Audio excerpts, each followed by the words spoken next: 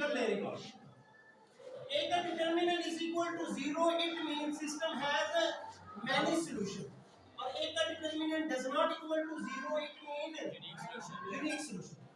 Come over here, rank A B A, ये A होता है coefficient matrix, ये A B होती है augmented matrix, और अगर इनके दोनों को रैंक बराबर आते हैं, let's suppose रैंक मैट्रिक्स पे है 4/4 भी, रैंक कैसे निकालते हैं?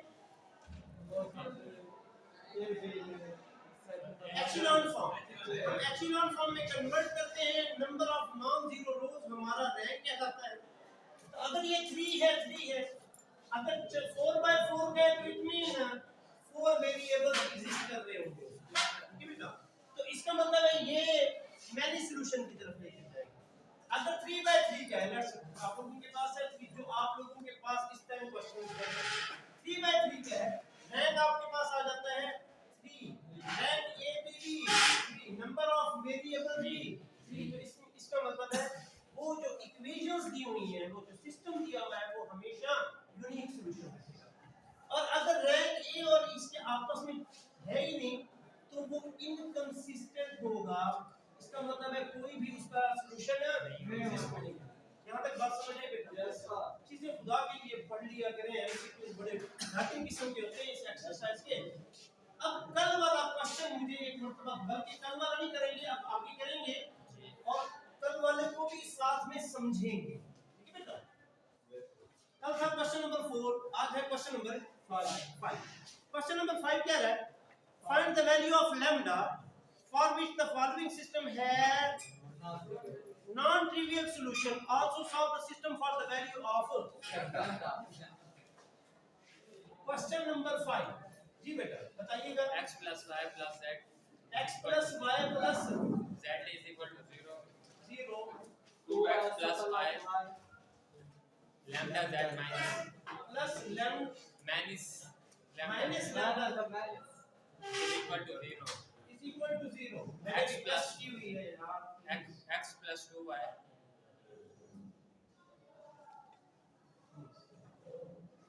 पहले क्यों नहीं करते जब मेरे इस तरफ मुंह होता है? आप आपस में भी कर सकते हो, मुझसे भी कर सकते हो। जब लेक्चर डिलीवर करना शुरू होता हूं आप लोग आप शुरू हो, मुझसे नहीं होगा यार।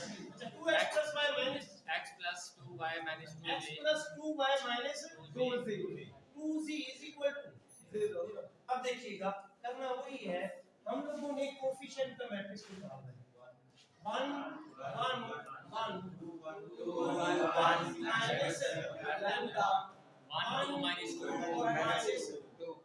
उसके बाद आप लोगों ने वेरिएबल का इज इक्वल टू 0। अब क्वेश्चन की स्टेटमेंट पढ़िएगा, वो क्या कहते हैं? Find the value of lambda आगे क्या है? Non trivial solution. यहाँ से हमें उस कंसेप्ट का पता चलता है इसका डिटरमिनेंट 0 आएगा। शाबाश, नॉन ट्रिवियल सॉल्यूशन है तो इसका मतलब है इसका डिटरमिनेंट हर हाल में 0 है, ठीक है? वो 0 है। तो non trivial solution this implies that अगर ये a है तो a का determinant we can put is equal to 0। वो 0 आएगा नहीं, we can put is equal to 0 क्योंकि वो नॉन ट्रिवियल सॉल्यूशन।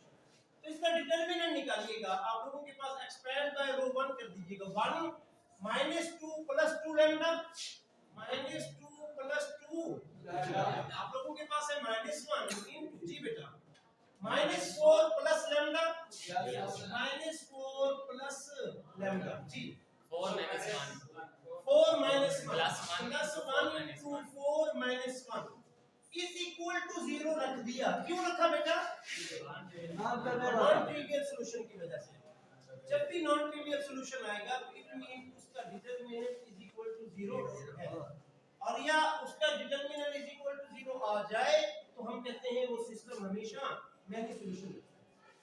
अच्छा जी, अब आप लोगों ने इसकी वैल्यू निकाल दी है -2 plus 2 lambda plus 4 minus lambda और plus 3 is equal to जी बेटा 3 2 आप लोगों के पास वन बच जाएगा। चलिए आप लोगों के पास lambda 2 lambda minus lambda 4 plus 3 minus 2 minus का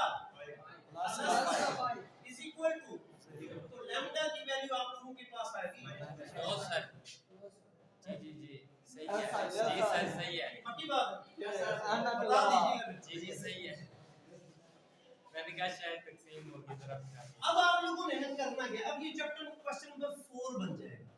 अब क्वेश्चन नंबर 4 लैम्डा की वैल्यू इसमें पुट करनी है। ये चीज जो है वो लैम्डा की वैल्यू निकालने के लिए बताई गई, ठीक है बेटा। अब लैम्डा की वैल्यू इसमें पुट कीजिएगा। आपके पास है x + y + z = 0, 2x + y + 5z = 0। आप लोगों के पास है x + 2y - 2z = क्या किया था चैप्टर नंबर 4 में? डिटरमिनेंट लिया था। क्वेश्चन नंबर 4 में वो तो खुद बता रहा बेटा नॉन ट्रिवियल है। क्वेश्चन नंबर 4 में हमें नहीं पता था, हम डिटरमिनेंट निकाला था, वो = 0 आ गया था। हमने कहा था ये मैंने सॉल्यूशन रखे। अब उसने खुद बताया है हमें डिटरमिनेंट अब दोबारा निकालने की जरूरत नहीं है, ये निकाला भी है तो लैम्डा की वैल्यू ठीक है बेटा। अब इसको हल करने के बहुत से तरीके होते हैं। कांस्टेंट के बराबर कोएफिशिएंट बराबर करके आप लोग वैसे कर ले, वैसे आप लोगों ने क्रॉस मल्टीप्लिकेशन 9th 10th तक आप क्रॉस मल्टीप्लिकेशन पढ़ते गए, ठीक है। मिसाल के तौर पे कैसे, अब 1 फिर 1 फिर 1 1 2 दोबारा कर देते। आप लोगों के पास है 2 1 और 5 2 1 और इन चीजों को साइड में कर देते हैं। x divided by 5 - 1 is equal to y divided by 2 - 5 is equal to z divided by 1 - 2। ऐसे करते थे। Yes sir. असल में इनका कोई और तरीका होगा भैया। इसको किसी तरीके से भी आप कर सकते हैं। मैंने सर जी ऐसे भी तो कर सकते हैं। कोएफिशिएंट हो लेंथ ही जाएगा, लेकिन x की वैल्यू निकालने के लिए y से इधर ले आके पुट करते जाए वो लेंथ हो वो लेंथ ही हो जाएगा। क्वाड्रेटिक लेकिन इक्वेशन बन जाएगी। फिर क्वाड्रेटिक इक्वेशन लीनियर इक्वेशन को फिर हल करना पड़ेगा दोबारा। क्वाड्रेटिक नहीं बढ़ेगी, ये लीनियर ही बनेगी। ये लीनियर को हल करने के यही तरीके हैं, क्वाड्रेटिक को हल करने के दूसरे तरीके।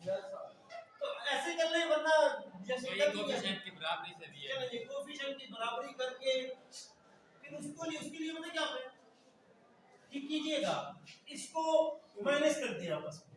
तो यही कर दूं, ये माइनस ये माइनस ये माइनस, आंसर बताइएगा। माइनस का x बराबर रकम में है, बराबर रकम में है बेटा, इन दोनों को माइनस कर, यही कांसेप्ट ज़हन में रखिएगा यार। इन दोनों को माइनस कर रहा हूं, तो ये माइनस का x 2 से ज्यादा देना, ये फिर 2 है बेटा पहले y खत्म कर रहा हूं, तो y आपस में कैंसिल हो जाएगा।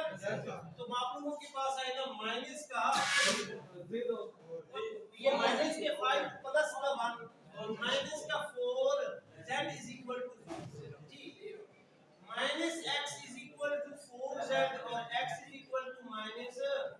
सर जी अगर दूसरी इक्वेशन में z के साथ कोई वैल्यू z होता और y के साथ 2 होता तो हम पहले z खत्म करते हैं। सर दूसरी इक्वेशन में z के साथ 5 ना होता। बिल्कुल आप y z खत्म कर सकते हैं, फिर x की वैल्यू पुट करोगे वो सेटिस्फाई करते हैं। आप x z रख सकते हो, y खत्म कर सकते हो, सॉरी x y खत्म करके z रखो, y z खत्म करके x रखो, x z खत्म करके y रखो, आपकी अपनी मर्जी। मैं क्यों चाह रहा हूं कि अक्सर मोस्टली एक सीक्वेंस में चलता है, x y खत्म किया z की वैल्यू, ये हमेशा याद रहेगा। x is equal to -4z। जी अब क्या करें, इसको 2 से मल्टीप्लाई करें। 2 से मल्टीप्लाई किया, 2 से मल्टीप्लाई किया, तो अब दोबारा माइनस कर दें। जी ये आपस में कैंसिल हो जाएगा, तो आप लोगों के पास आएगा y minus 3z is equal to 0। y की वैल्यू इज इक्वल टू, इसमें पुट करें x की value -4z plus 2 into y की वैल्यू 3z और -2z इज इक्वल टू क्या बचा? सर जी 0 बचा। चलिए शुक्र। 4z plus 6z minus 2z is equal to 0 is equal to.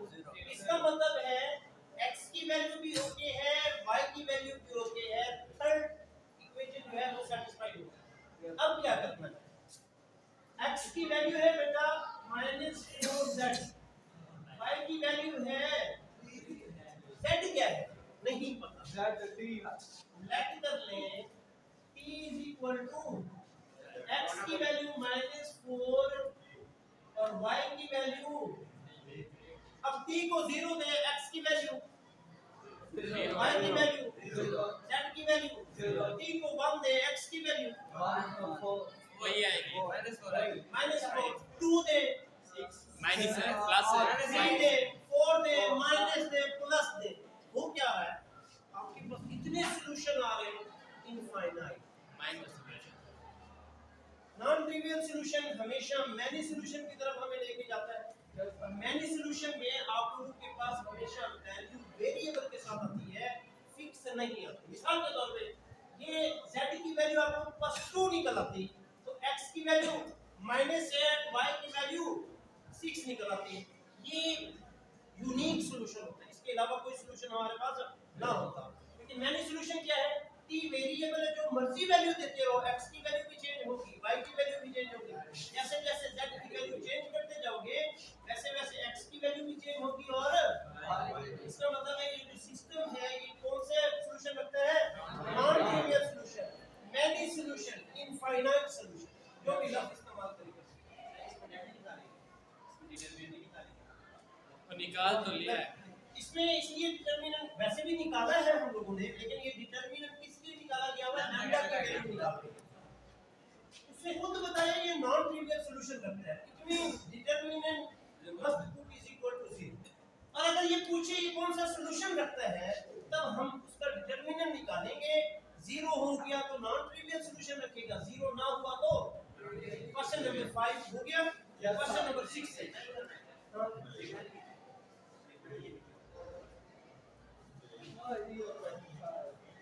Question number 6 देखिएगा, पढ़िएगा, बताइएगा।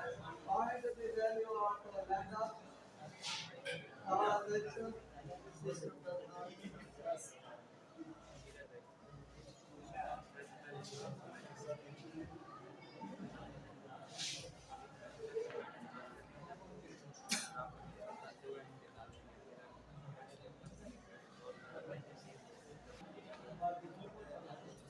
मुझे नहीं पता क्वेश्चन नंबर स्टेटमेंट पढ़िए। Find the value of lambda. ठीक है, For which the formant system does not possess a unique solution. Process क्या होता है, process Unique solution. Also for the system for the value of lambda. काश मेरी ये video class में बोलना चाहता हूँ, मेरा एक क्लास फेलो था मोहम्मद हया, आजकल वो पाकिस्तान की बहुत अच्छी कोर्स है, उसकी इंग्लिश ऐसी ही हुआ करती है, हम हंसा करते थे उसको। वो फैटल नॉन फैटल डिजीजेस पढ़ा हुआ है, फैटल डिजीजेस होती है, नॉन फैटल, उसको फैटल बोलना ही नहीं, वो पता था फटाल नॉन फटाल, उसको सिनेरियो नहीं बोलना होता था, तो वो बोलता था पता नहीं क्या बोलता था, अजीब सा नाम बोलता था, हमने उसका नाम रख दिया।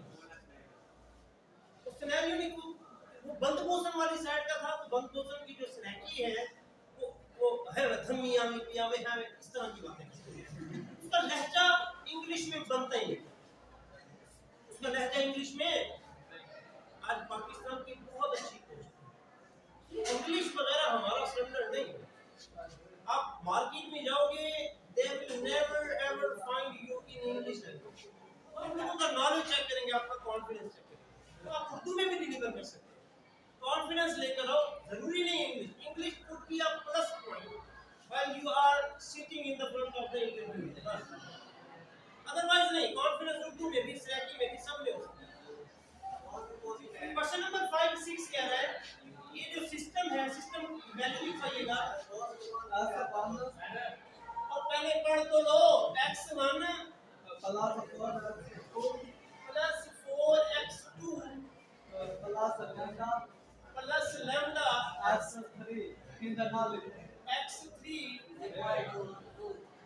जी नेक्स्ट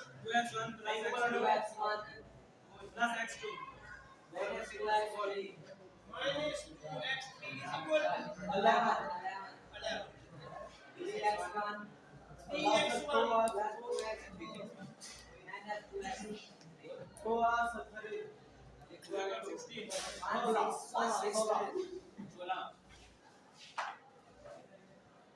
क्वेश्चन नंबर 5 से क्या डिफरेंट है? इसमें लैम्डा दो बार है।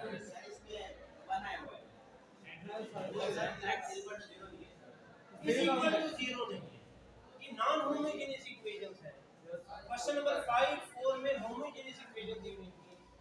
मसला क्या है? इस क्वेश्चन को दो पार्ट में डिवाइड करना है। वो कहता है find the value of lambda while the system does not possess the unique solution। कोई चीज यूनिक सॉल्यूशन नहीं रखेगी तो कौन सा सॉल्यूशन रखेगी? मैंने सॉल्यूशन अगर मैंने सॉल्यूशन रखेगी तो उसका डिटरमिनेंट इज इक्वल टू 0 तो लैम्डा की वैल्यू आप लोगों ने कैसे फाइंड करनी है? मैं ये क्वेश्चन करने नहीं वाला हूं, सिर्फ बताने वाला हूं। आप लोगों के पास है 1 4 लैम्डा 2 1 माइनस 3 2 माइनस फिर आप लोगों के पास आएगा x1 x2 x3 is equal to आपने लिखना है since system does not possess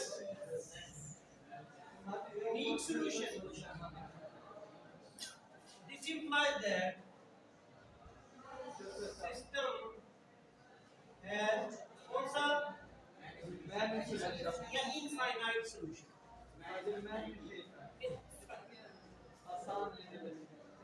Infinite solution, this implies that a determinant is equal to रखना जी। अब इससे आप लोग जब इसको इज इक्वल टू 0 करोगे तो आप लोगों के पास लैम्डा की वैल्यू लेट्स से लैम्डा की वैल्यू 2 आई है। लेट्स से लैम्डा की वैल्यू 2 आई है, पता नहीं क्या है, मुझे नहीं पता, 2 आई है। तो नेक्स्ट क्या करना है? मेरी तरफ मुतवज्जे हो, हम बाद में, मैं इसलिए खत्म कर रहा हूं ताकि बातें करें। आप लोगों के पास बन गया, आपके पास बन गया, सॉल्व कीजिएगा जो भी है इसी तरह जहां मैंने 2 रखा आप लोगों ने। अब क्वेश्चन की अगली स्टेट को पढ़िए, क्या क्या and also solve the system for the value of lambda। अब लैम्डा की जो वैल्यू आ गई, अब बताओ कि कौन सी इक्वेशन है? Non homogeneous. Non homogeneous equation को हल करने के हमारे पास 3 तरीके होते हैं। Cramer's rule, matrices method, echelon. आपको एचलॉन फॉर्म के थ्रू इसको हल कर लेंगे। कैसे करते हैं एचलॉन फॉर्म में? सबसे पहले हमें चाहिए एगुमेंटेड मैट्रिक्स। क्या होता है वो? इस मैट्रिक्स को लिखेंगे डॉट करके, ये वाला कॉलम लिख देंगे, जैसे कि हम लोगों ने लास्ट वीडियो में पूरा एक क्वेश्चन जो है एचलॉन फॉर्म से सॉल्व किया, कर लेंगे। अच्छा, नेक्स्ट हम